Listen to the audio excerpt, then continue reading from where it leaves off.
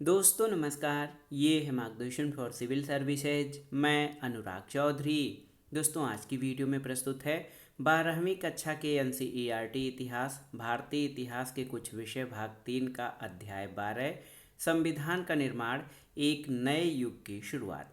इस वीडियो में हम भारतीय संविधान के निर्माण, भारतीय संविधान सभा के सामने प्रमुख चुनौतियां, संविधान सभा के गठन, चर्चा, संविधान सभा के प्रमुख नेता, संविधान सभा की बैठकें, उद्देश्य प्रस्ताव, संविधान सभा का विरोध, इसके अलावा पृथक निर्वाचन, आदिवासी, उनके अधिकार, दलित, राज्य की शक्तियों में केंद्र, राज्य और समवर्ती सूची, राष्ट्रीय भाषा और अंत में भारतीय संविधान की प्रमुख विशेषताओं के बारे में जानेंगे। तो आइए शुरू करते हैं। 12वीं कक्षा के एनसीईआरटी इतिहास भारतीय इतिहास के कुछ विषय का अध्याय 12 जो है संविधान का निर्माण एक नए युग की शुरुआत। आप सभी जानते हैं कि भारतीय संविधान दुनिया का सबसे बड़ा लिखित संविधान है और इसको बनाने की शुरुआत 1946 में की गई और 1949 के अंत में जाकर इस कार्य को पूरा किया गया था। और संविधान क्या होता है इसको जानना बहुत ज़रूरी है कि कॉन्स्टिट्यूशन या संविधान क्या है। दोस्तों किसी भी देश को चलाने के लिए कुछ नियम और कानूनों की आवश्यकता होती है जिससे कि शांतिपूर्ण और नियंत्रित तरीके से सभी कार्यों यानी शासन संबंधी कार्यों, देश का शासन प्रशासन, नागरिकों के अधिकारों की व्यवस्था की जाए। इन्हीं नियमों और कानूनों के संकलन को संविधान कहा जाता है और संविधान किसी भी देश के शासन संचालन की मूल विधि होती है। संविधान उन नियमों और कानूनों का समूह है जो राज्य की सरकार के गठन, शक्तियों, कर्तव्यों तथा नागरिकों के अधिकारों को निश्चित करता है। जॉन ऑस्टिन एक प्रमुख लेखक हैं। वो कहते हैं कि जो सर्वोच्च शासन की संरचना को नियमित करता है संविधान कहलाता है। भारतीय संविधान की प्रमुख विशेषताओं को जान लेते हैं कि भारतीय संविधान या कॉन्स्टिट्यूशन ऑफ इंडिया की प्रमुख विशेषताएं कौन कौन सी हैं। दोस्तों आप सभी जानते भी हैं कि भारतीय संविधान 26 जनवरी 1950 को लागू किया गया या लागू हुआ था। ये दुनिया का सबसे लंबा लिखित संविधान है।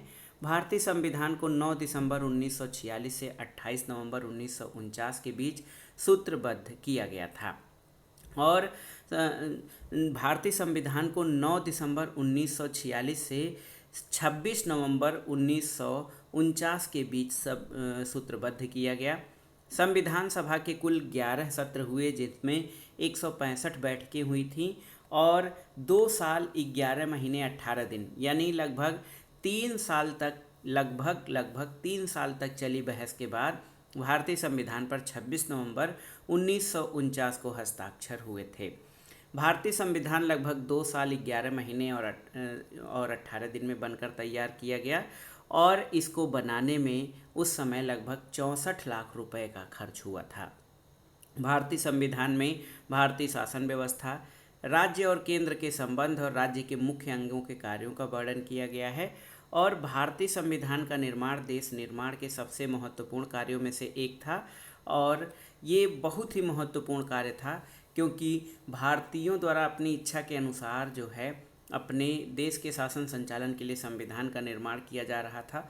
ये बहुत ही शुभ कार्य और महत्वपूर्ण कार्य था। इस कार्य में डॉक्टर भीमराव अंबेडकर, जवाहरलाल नेहरू, सरदार वल्लभ भाई पटेल जैसे बड़े नेताओं द्वारा महत्वपूर्ण कार्य किया गया था।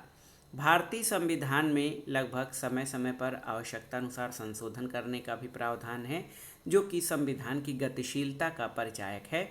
वर्तमान में भारतीय संविधान में 395 अनुच्छेद, 12 अनुसूचियां और 22 भाग हैं और भारत के संविधान का स्रोत जो है ये या भारत के संविधान में सत्ता का स्रोत भारतीय जनता है।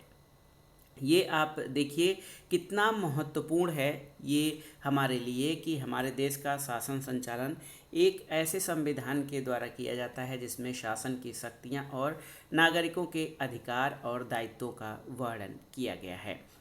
भारतीय संविधान की कुछ प्रमुख विशेषताओं के बारे में जान लेते हैं।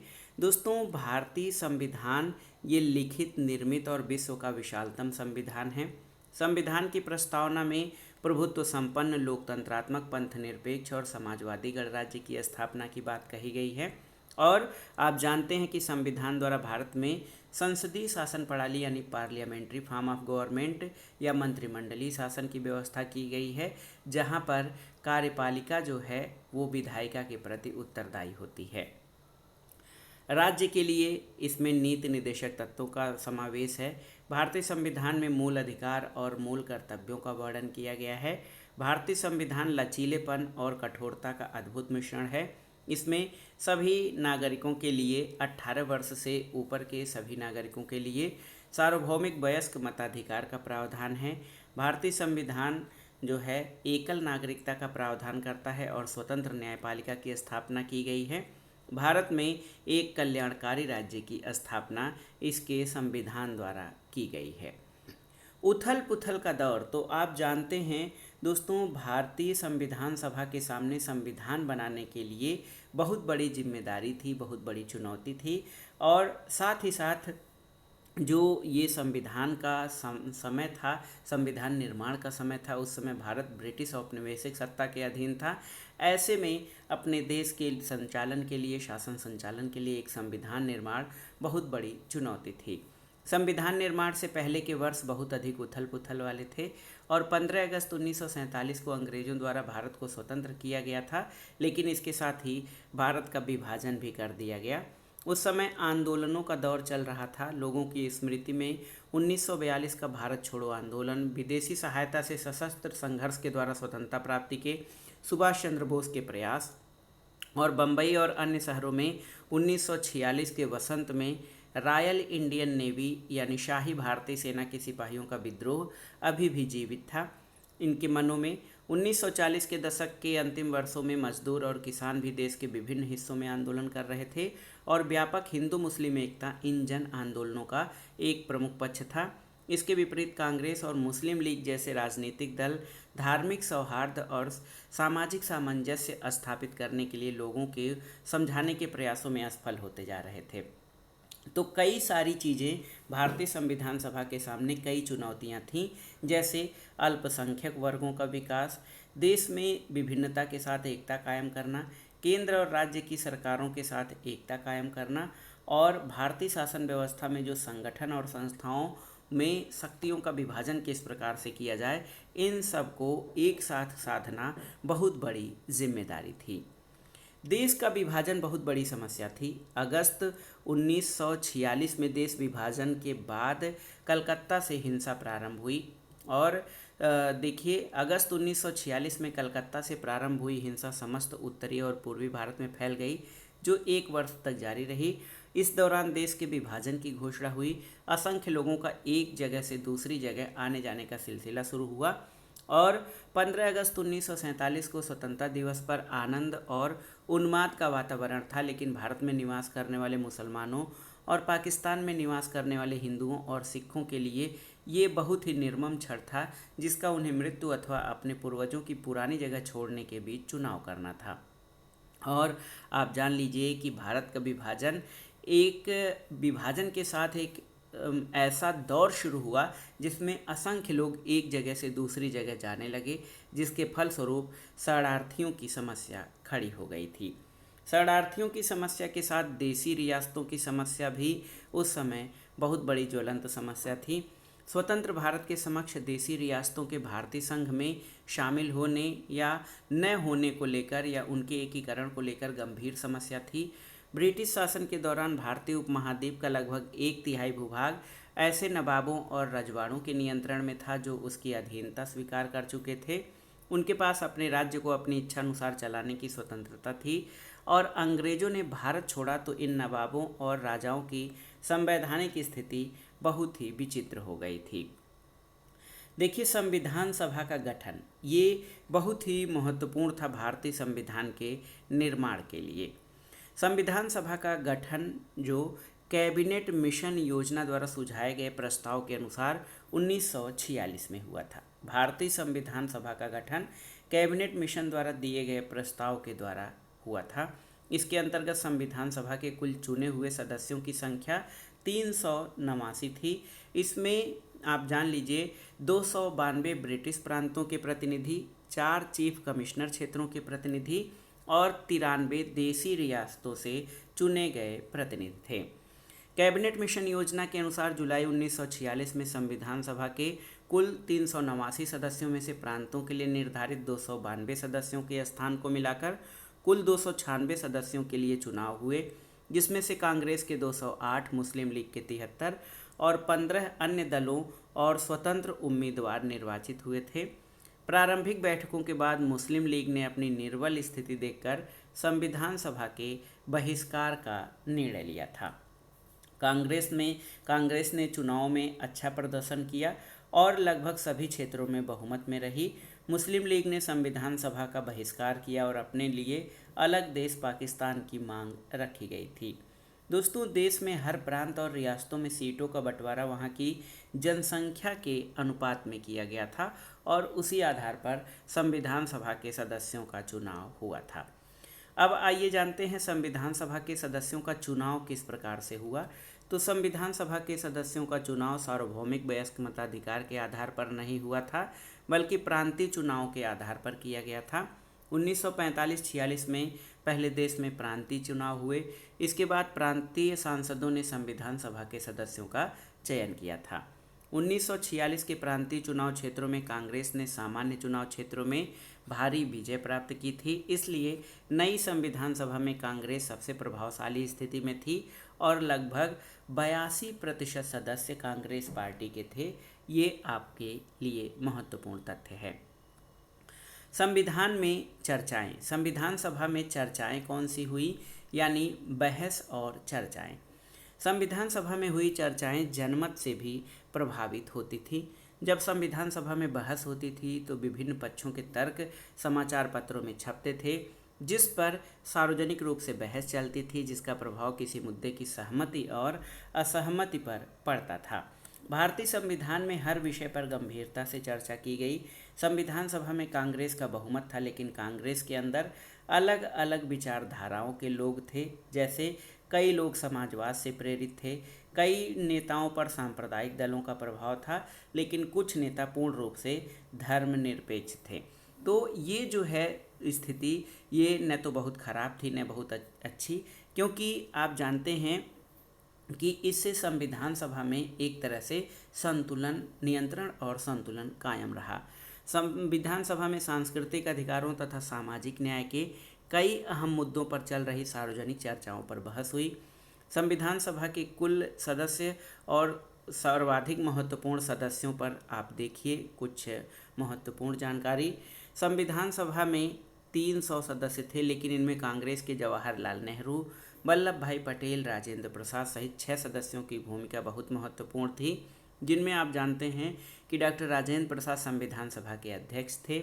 डॉक्टर BR अम्बेडकर या बाबा साहब भीमराव अम्बेडकर संविधान सभा की प्रारूप समिति या ड्राफ्ट कमेटी के अध्यक्ष थे। KM मुंशी और अल्लादी कृष्ण स्वामी अय्यर इन महत्वपूर्ण सदस्यों में शामिल थे। और आप जान लीजिए, संविधान सभा के 6 सर्वाधिक महत्वपूर्ण सदस्यों के विचार और संविधान सभा निर्माण में उनकी भूमिका बहुत ही महत्वपूर्ण थी। जैसे पंडित जवाहरलाल नेहरू के द्वारा उद्देश्य प्रस्ताव प्रस्तुत किया गया। उन्होंने ये प्रस्ताव भी पेश किया था कि भारत का राष्ट्रीय ध्वज केसरिया, सफ़ेद और गहरे हरे रंग की 3 बराबर चौड़ाई वाली पट्टियों का तिरंगा झंडा होगा, जिसके बीच में नीले रंग का चक्र होगा। वल्लभ भाई पटेल मुख्य रूप से पर्दे के पीछे कई महत्वपूर्ण कार्य कर रहे थे। उन्होंने कई रिपोर्टों का प्रारूप लिखने में खास मदद की और परस्पर विरोधी विचारों के बीच सहमति पैदा करने में महत्वपूर्ण रहे। इन्हीं के द्वारा या इन्हीं के महत्वपूर्ण प्रयासों से भारतीय रियासतों का एकीकरण भी हुआ था। डॉक्टर राजेंद्र प्रसाद संविधान सभा के अध्यक्ष थे। सभा में चर्चा रचनात्मक दिशा में हो, सभी सदस्यों को अपनी बात कहने का मौका मिले, ये सब अध्यक्ष की जिम्मेदारी थी। डॉक्टर BR अम्बेडकर, उन्होंने संविधान की प्रारूप समिति के अध्यक्ष के रूप में कार्य किया और अम्बेडकर के पास सभा में संविधान के प्रारूप को पारित करवाने की जिम्मेदारी थी। इसके अलावा देखिए बी एन राव भारत सरकार के संवैधानिक सलाहकार के थे। उन्होंने अन्य देशों की राजनीतिक व्यवस्थाओं का अध्ययन करके कई चर्चा पत्र तैयार किए थे। और SN मुखर्जी, इनकी भूमिका मुख्य योजनाकार की थी। मुखर्जी जटिल प्रस्तावों को स्पष्ट वैदिक भाषा में व्यक्त करने की क्षमता रखते थे। तो आप देख सकते हैं कि ये जो संविधान सभा के प्रमुख नेता या प्रमुख सदस्य थे, इसमें पंडित जवाहरलाल नेहरू, डॉक्टर राजेंद्र प्रसाद, वल्लभ भाई Patel, doctor Bhimrao Ambedkar, KM. Munshi, अल्लाद Krishnaswami Iyer, SN. Mukherjee, BN. Rao आदि लोग थे। संविधान सभा में राष्ट्रीय ध्वज का प्रस्ताव किसने प्रस्तुत किया था? तो संविधान सभा में राष्ट्रीय ध्वज का प्रस्ताव पंडित जवाहरलाल नेहरू ने प्रस्तुत किया। उन्होंने कहा कि भारत का राष्ट्रीय ध्वज केसरिया, सफ़ेद और गहरे हरे रंग की 3 बराबर पट्टियों वाला तिरंगा झंडा होगा, जिसके बीच में गहरे नीले रंग का चक्र होगा। अब आइए संविधान सभा की महत्वपूर्ण समिति जो है प्रारूप समिति के बारे में जानते हैं।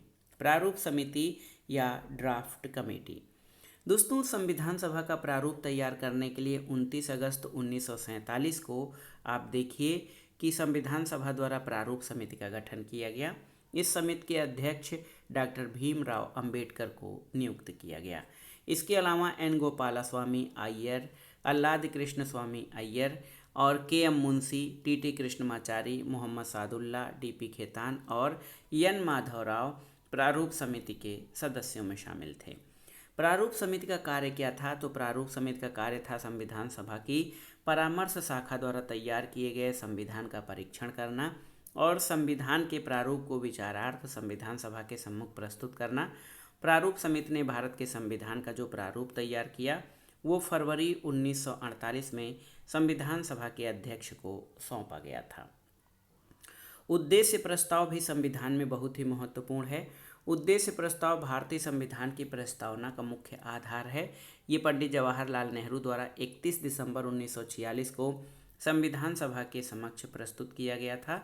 इस प्रस्ताव में स्वतंत्र भारत के मूल संविधान के आदर्शों की रूपरेखा प्रस्तुत की गई, जिसमें भारत को एक स्वतंत्र संप्रभु गणराज्य घोषित किया गया और ये भारतीय स्वाधीनता का घोषणा पत्र था। इस प्रस्ताव को 22 जनवरी 1947 को संविधान सभा द्वारा स्वीकार किया गया था। उद्देश्य प्रस्ताव के प्रमुख आदर्श क्या थे? तो भारत में एक स्वतंत्र और संपूर्ण प्रभुत्व संपन्न गणराज्य स्थापित करना, भारत के सभी लोगों को सामाजिक, आर्थिक और राजनीतिक न्याय की समानता, सभी नागरिकों को विचार, अभिव्यक्ति, विश्वास, धर्म और उपासना की स्वतंत्रता, प्रतिष्ठा और अवसर की समता, स्वतंत्र भारत और इसके संविधान की समस्त शक्तियां और सत्ता का स्रोत भारत की जनता को माना गया।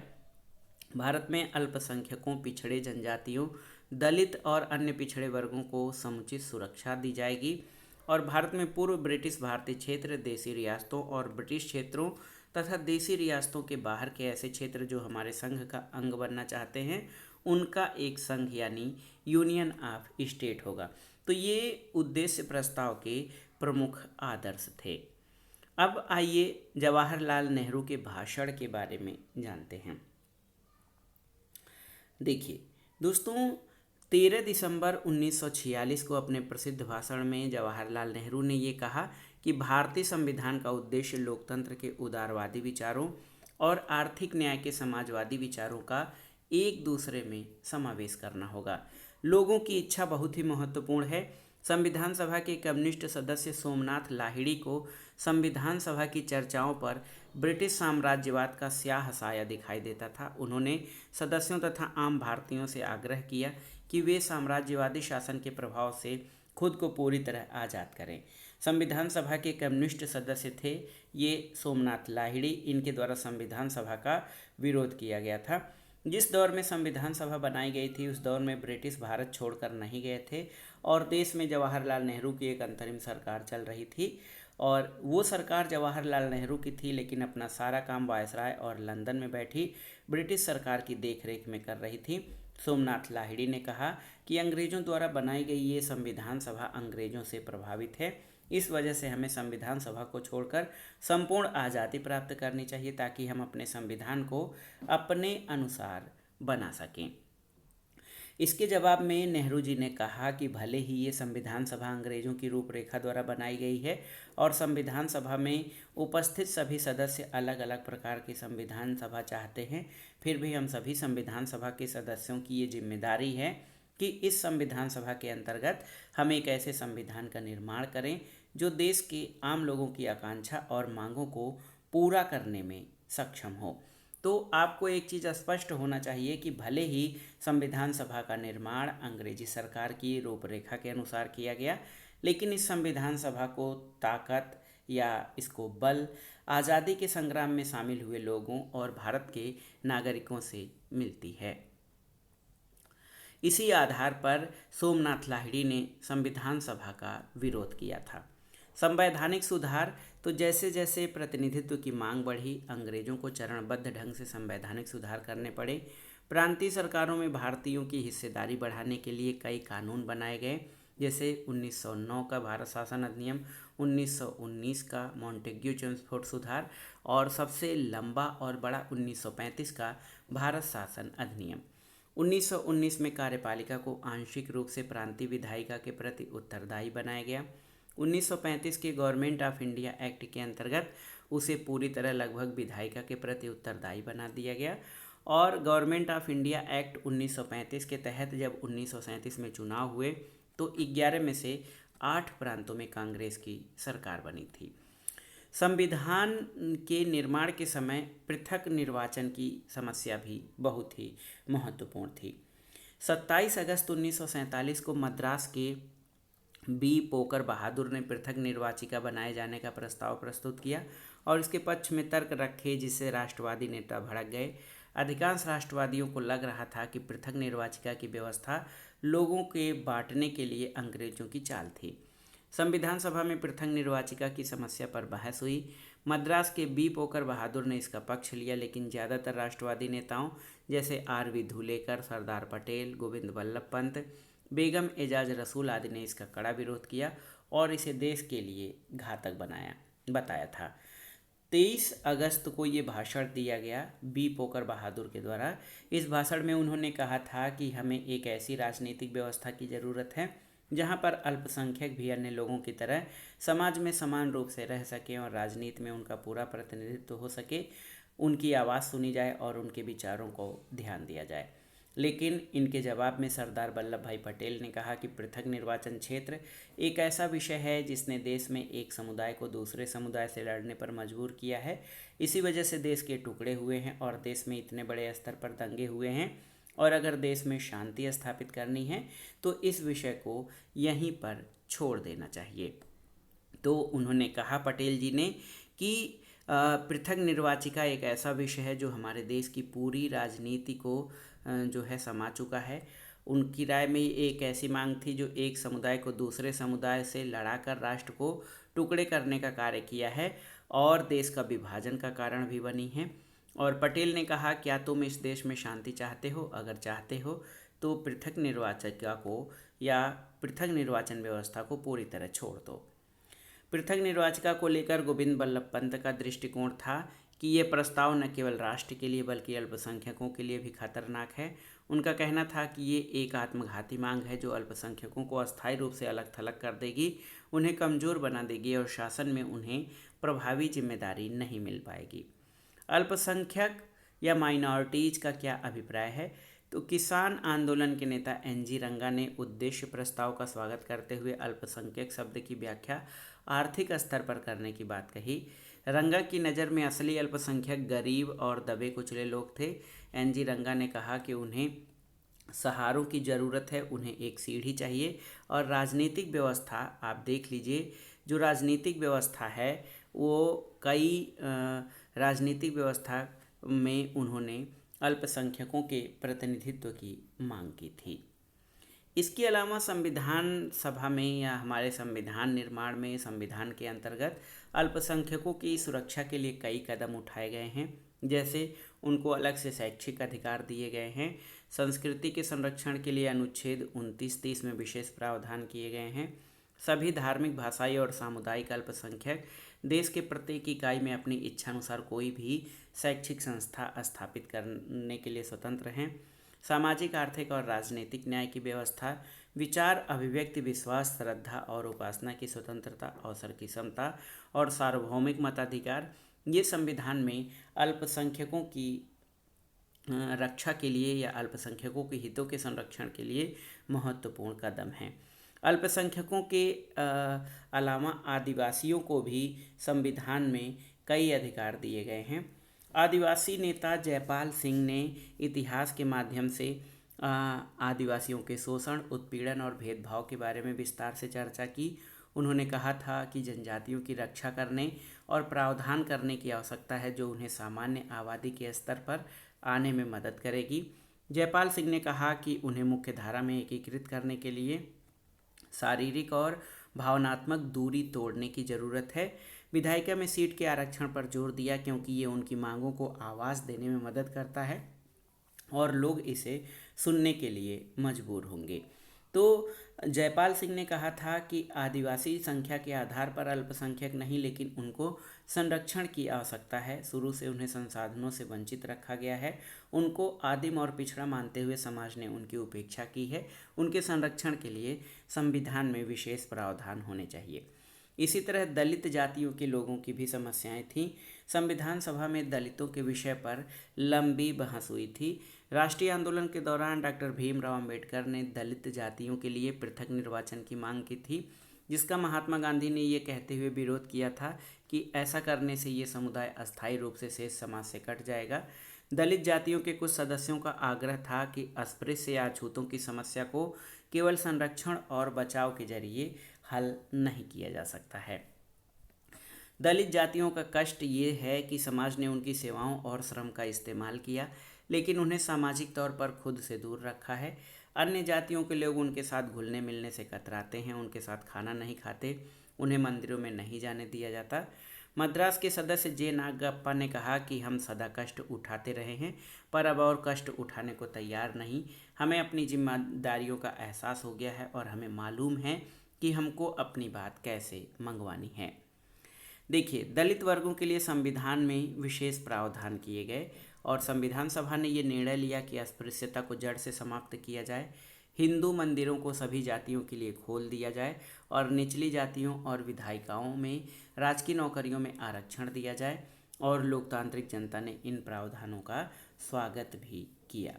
तो आप जान लीजिए कि जो दलित जातियां हैं उनको सामाजिक मुख्य धारा से काटा गया, यहाँ तक कि उन्हें सेवा वर्गीय या सेवा कर्मी के रूप में देखा गया, लेकिन लोग उन्हें अपने साथ उठने बैठने, सार्वजनिक स्थानों का इस्तेमाल करने आदि से कतराते थे।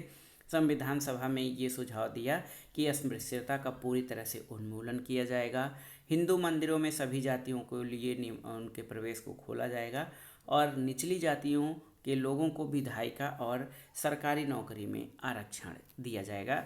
और ये सारी चीज़ें संविधान सभा के माध्यम से जो है अस्पृश्य या दलित कही जाने वाली जातियों के लिए की गई हैं इनकी व्यवस्था। अब आइए राज्य की शक्तियों में संघ सूची, राज्य सूची और समवर्ती सूची के बारे में जानते हैं। तो संविधान में या भारतीय संविधान में संसदीय शासन व्यवस्था को अपनाया गया है और केंद्र और राज्य सरकार को कौन कौन से अधिकार दिए जाएं, इस मुद्दे पर संविधान सभा में व्यापक रूप से चर्चा हुई। संविधान सभा के कई नेता ताकतवर केंद्र के पक्ष में थे। कई लोग चाहते थे केंद्र सरकार को राज्य सरकार से ज़्यादा शक्तियां दी जाएं। इसी को देखते हुए संविधान में 3 सूचियों का निर्माण किया है: संघ सूची, राज्य सूची और समवर्ती सूची। संघ सूची पर कानून बनाने का अधिकार केंद्रीय सरकारों को दिया गया और इसमें ऐसे विषय रखे गए जो राष्ट्रीय महत्व के हैं। और जान लीजिए इनके बारे में, देश भर में एक समान नीति होना आवश्यक है। देश के लिए महत्वपूर्ण प्रतिरक्षा, विदेश नीति, डाक तार, टेलीफोन, रेल, मुद्रा, बीमा, विदेशी व्यापार इस संघ सूची में शामिल हैं। राज्य सूची में प्रादेशिक महत्व के विषय शामिल किए गए जिन पर कानून बनाने का अधिकार राज्य सरकारों को दिया गया और राज्य सरकार के प्रमुख विषयों में कृषि, पुलिस, जेल, चिकित्सा, स्वास्थ्य और सिंचाई है। तीसरी सूची समवर्ती सूची है। इस सूची के विषयों पर केंद्र और राज्य दोनों को कानून बनाने का अधिकार दिया गया, लेकिन किसी विषय पर संसद यानी केंद्र और राज्य के बीच बनाए गए कानूनों में कोई विरोध होने पर संसद द्वारा बनाए गए कानून मान्य होंगे। इसमें बिजली, विवाह कानून, मूल्य नियंत्रण, समाचार पत्र, छापे खाने, दीवानी कानून, शिक्षा, वन जनसंख्या नियंत्रण और परिवार नियोजन इनमें प्रमुख रूप से शामिल हैं। कई नेताओं द्वारा केंद्र को शक्तिशाली बनाए जाने का विरोध किया गया। इसमें प्रमुख नेता के संथानम थे। उन्होंने कहा कि केंद्र को ज़्यादा शक्तियां सौंपने से उसकी जिम्मेदारी बढ़ जाएगी, जिससे वो प्रभावी ढंग से कार्य नहीं करेगा। और इन नेताओं ने पूरे प्रयास किए ताकि केंद्र और समवर्ती सूची में कम से कम विषय रखे जाएं। एक है अनुच्छेद 356। अनुच्छेद 356 गवर्नर की सिफारिश पर केंद्र सरकार को राज्य सरकार के सारे अधिकार जो है अपने हाथ में लेने का अधिकार दिया। संविधान सभा में जो है राजकोषीय संविधान पर व्यवस्था की गई। कुछ कर जैसे सीमा शुल्क और कंपनी कर से होने वाली सारी आय केंद्र सरकार के पास रखी गई। कुछ मामलों जैसे आयकर आबकारी शुल्क में होने वाली आय राज्य और केंद्र सरकारों के बीच बांट दी गई। कुछ अन्य मामलों में होने वाली आय जैसे राज्य स्तरीय शुल्क पूरी तरह से राज्य को दिए गए और राज्य सरकारों को अपने स्तर पर भी कुछ अधिभार और कर वसूलने का अधिकार दिया गया, जैसे वे जमीन, संपत्ति कर, बिक्री कर, बोतल बंद शराब पर अलग से कर वसूल कर सकते थे। तो संविधान में जो राजकोषीय संघवाद था उस पर भी बात की गई थी। केंद्र बिखर जाएगा, प्रांतों के लिए ज़्यादा शक्तियों के पक्ष में क्या तर्क था। देखिए, यदि केंद्र के पास बहुत अधिक जिम्मेदारियां होंगी तो वो कुशलतापूर्वक अपना कार्य नहीं कर पाएगा, इसलिए उसकी जिम्मेदारियों को सीमित कर उन्हें राज्यों के बीच बांट देना चाहिए ताकि केंद्र की कुशलता में कमी न आए। राजकोषीय प्रावधान राज्यों को कमज़ोर बना देगा, क्योंकि जब ज़्यादा कर केंद्र के कोष में जाएंगे तो राज्य सरकारों के पास राज्य के विकास के लिए धन नहीं होगा और धन के अभाव के कारण राजकाज के लिए उन्हें केंद्र के सामने हाथ फैलाना पड़ेगा। पक्षधरों ने शक्तियों के मौजूदा वितरण को देश की एकता और अखंडता के लिए चुनौती माना। उनका कहना था कि यदि बिना सोचे समझे शक्तियों का प्रस्तावित वितरण लागू किया गया तो देश का भविष्य खतरे में पड़ जाएगा और प्रांत केंद्र के खिलाफ उठ खड़े होंगे। प्रांतों के बहुत सारे सदस्य भी इसी तरह की आशंकाओं से परेशान थे। उन्होंने इस बात के लिए जमकर जोर लगाया कि समवर्ती सूची और केंद्रीय सूची में जो है वो कम से कम विषय रखे जाएं। उड़ीसा के एक सदस्य ने यहाँ तक चेतावनी दे डाली कि संविधान में शक्तियों के बेहिसाब केंद्रीकरण के कारण केंद्र बिखर जाएगा, लेकिन ऐसा कुछ नहीं हुआ। उस समय जो हमारे राजनेता थे उन्होंने काफ़ी सोच समझकर, काफ़ी तर्क वितर्क और बहुत ही जिम्मेदारी से संविधान का निर्माण किया और उन्होंने जो कार्य किया वो आज भी देखा जाए तो भारतीय संविधान के लिए बहुत ही महत्वपूर्ण और मील का पत्थर है। मजबूत सरकार की आवश्यकता क्यों है? तो विभाजन की घटनाओं से मजबूत सरकार की आवश्यकता को और मजबूती मिली। कई नेता जैसे जवाहरलाल नेहरू, B.R. अम्बेडकर, गोपाल स्वामी अयंगर आदि ने महत्वपूर्ण केंद्र सरकार की वकालत की थी। विभाजन से पहले कांग्रेस ने प्रांतों को काफ़ी स्वायत्तता देने पर सहमत व्यक्त की थी। इस पर मुस्लिम लीग को संतुष्ट करने पर सहमत हुई, लेकिन विभाजन के बाद कोई राजनीतिक दबाव नहीं था और विभाजन के बाद की आवाज़ ने केंद्रीकृत शक्ति को बढ़ावा दिया। यानी उसी समय जो परिस्थितियां थी, हमारे नेताओं ने महसूस किया कि एक मजबूत केंद्र आवश्यक है, तभी देश का शासन संचालन स्थिरता और मजबूती के साथ किया जा सकता है। भारत में देखिए भाषा संबंधी विवाद भी हुए। आज़ाद भारत में अनेक भाषाएं बोलने वाले लोग रहते थे। इन सब की संस्कृति और मान्यताएं अलग थीं। भारत एक ऐसा देश है जहां विभिन्न धर्म, जातियों से संबंधित और विभिन्न भाषाओं के बोलने वाले लोग रहते हैं। इसलिए जब राष्ट्रीय भाषा चुनने का सवाल आया तो इस मुद्दे पर संविधान सभा में बहुत अधिक तनाव पैदा हुआ। विभिन्न क्षेत्रों के लोग अपनी अपनी भाषाओं को मान्यता दिलाने के लिए उतावले हो गए थे। हालांकि ये बात पहले तय तो हो चुकी थी कि हिंदुस्तानी को राष्ट्रीय भाषा का दर्जा दिया जाए। स्वयं राष्ट्रपिता महात्मा गांधी का मानना था कि देश की राष्ट्रीय भाषा ऐसी होनी चाहिए जिसे देश के अधिकांश लोग आसानी से बोल और समझ सकें। इस समय हिंदी और उर्दू के मेल से बनी हिंदुस्तानी ही ऐसी भाषा थी जिसे भारत के बहुत बड़े हिस्से में बोला जाता था और गांधी जी के अनुसार यही भाषा देश के समुदायों के बीच विचार विमर्श का माध्यम बन सकती है। तो आप जान लीजिए, संविधान सभा में इस बात पर तीखी बहस हुई कि आखिर किस भाषा को देश की राष्ट्रभाषा बनाई जाए। तो आप जान लीजिए, जैसे जैसे व्यवस्था आगे बढ़ी, देश में बढ़ रहे सांप्रदायिक टकराव के कारण हिंदी और उर्दू एक दूसरे से दूर हो गए और जहां हिंदी को संस्कृत से जोड़ने के प्रयास किए गए, वहीं उर्दू में फारसी के शब्द जुड़ते गए, जिसकी वजह से हिंदुस्तानी भाषा के स्वभाव में परिवर्तन हो गया। संविधान सभा में हिंदी भाषा को राष्ट्रीय भाषा बनाने को लेकर भी विवाद रहा। जब हिंदी को राष्ट्रीय भाषा बनाने का सुझाव दिया गया तो इस बात पर संविधान सभा में विवाद हो शुरू हो गया। गैर हिंदी भाषी लोगों को ये लगने लगा कि उन पर हिंदी भाषा थोपी जा रही है और उन्होंने हिंदी को राष्ट्रीय भाषा बनाए जाने का कड़ा विरोध किया। और इन विवादों ने संविधान सभा को ये एहसास दिलाया कि भाषा के विषय पर जो भी निर्णय लिया जाए वो बहुत सोच समझ कर लिया जाए। और आप जान लीजिए कि ये सोच समझ का परिणाम रहा कि एक तरह से देखा जाए तो किसी भी भाषा के रूप में सहमति नहीं बनी, लेकिन हिंदी भाषा का समर्थन भी किया गया। संविधान सभा के प्रारंभिक सत्र में संयुक्त प्रांत के कांग्रेसी सदस्य आर.बी. धुलेकर ने हिंदी को संविधान निर्माण की भाषा के रूप में प्रयोग किए जाने का समर्थन किया था और संविधान सभा की भाषा समिति ने राष्ट्रीय भाषा के सवाल पर हिंदी समर्थकों और विरोधियों के बीच अन्यत्र गतिरोध को तोड़ने का सुझाव दिया कि देवनागरी लिपि में लिखी गई हिंदी भारत की राजभाषा होगी, लेकिन समिति ने इस फॉर्मूले को घोषित नहीं किया। संविधान सभा की भाषा समिति ने ये सुझाव दिया कि हिंदी को राष्ट्रभाषा बनाने के लिए हमें धीरे धीरे आगे बढ़ना चाहिए। पहले 15 वर्ष तक राष्ट्रीय कार्यों में अंग्रेजी का प्रयोग जारी रहेगा और भारतीय संघ के प्रत्येक राज्य को एक क्षेत्रीय भाषा चुनने का अधिकार होगा।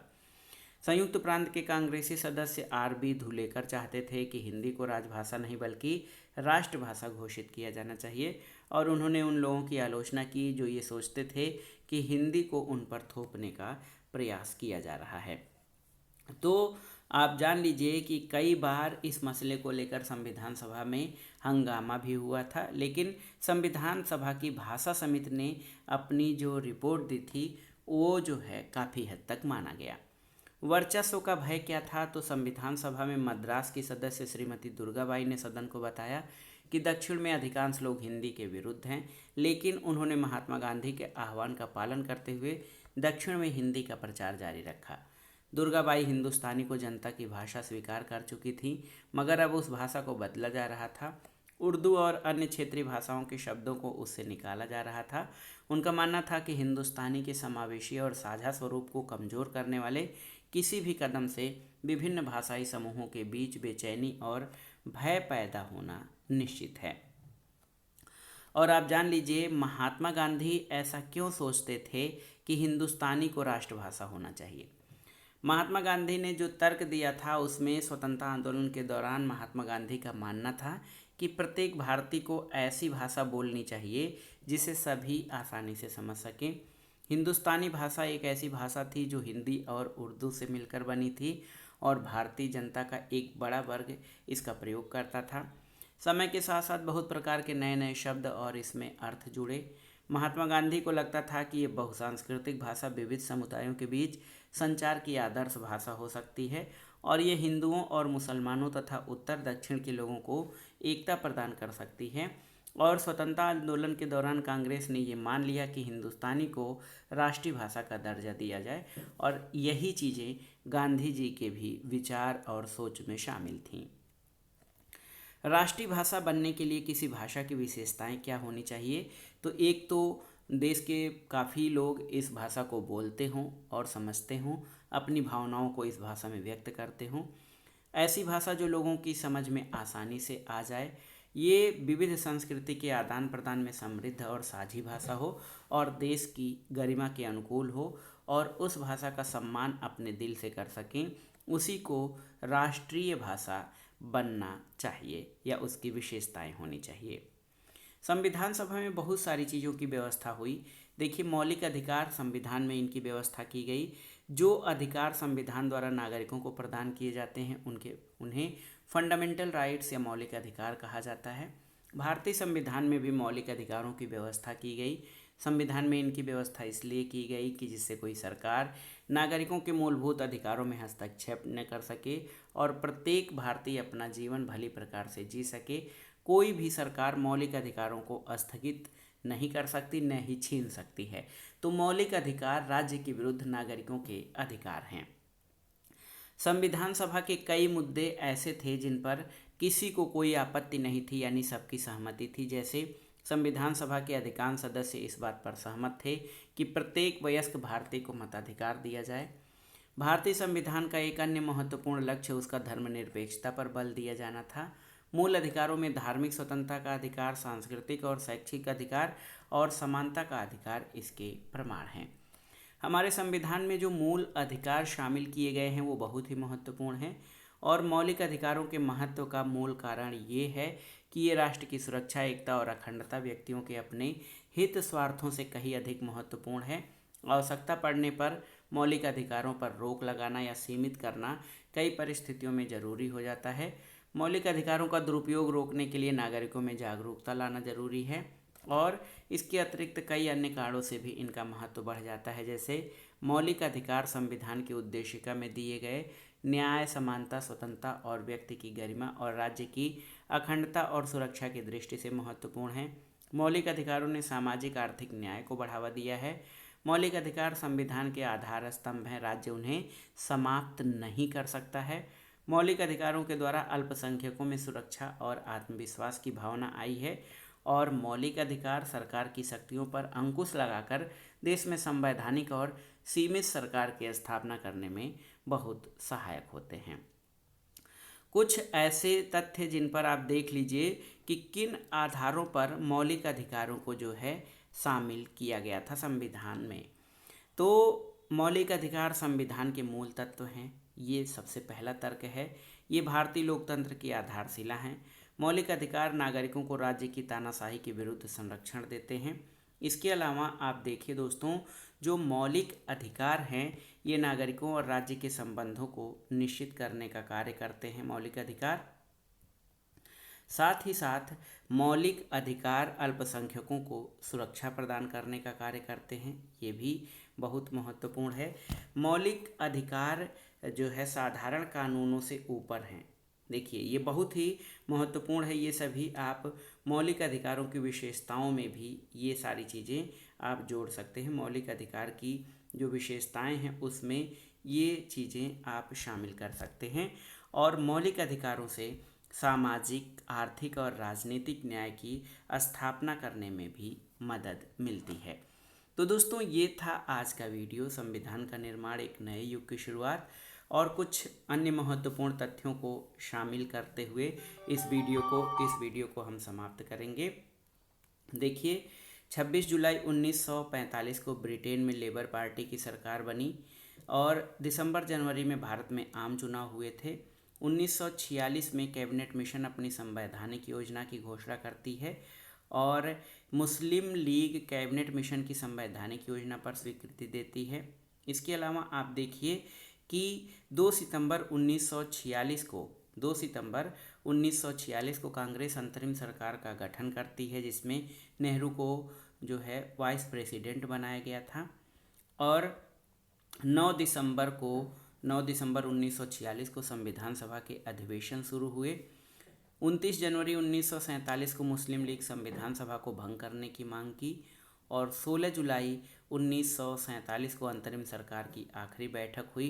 11 अगस्त को जिन्ना को पाकिस्तान की संविधान सभा का अध्यक्ष निर्वाचित किया गया और 14 अगस्त को पाकिस्तान की स्वतंत्रता का कराची में जश्न मनाया गया।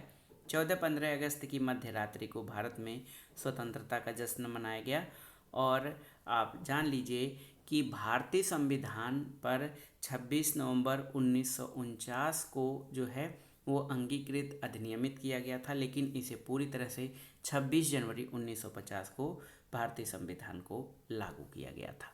तो दोस्तों ये था आज का वीडियो। ये वीडियो 12वीं कक्षा के छात्रों के साथ प्रतियोगी परीक्षा की तैयारी करने वाले अभ्यर्थियों के लिए बेहद महत्वपूर्ण है।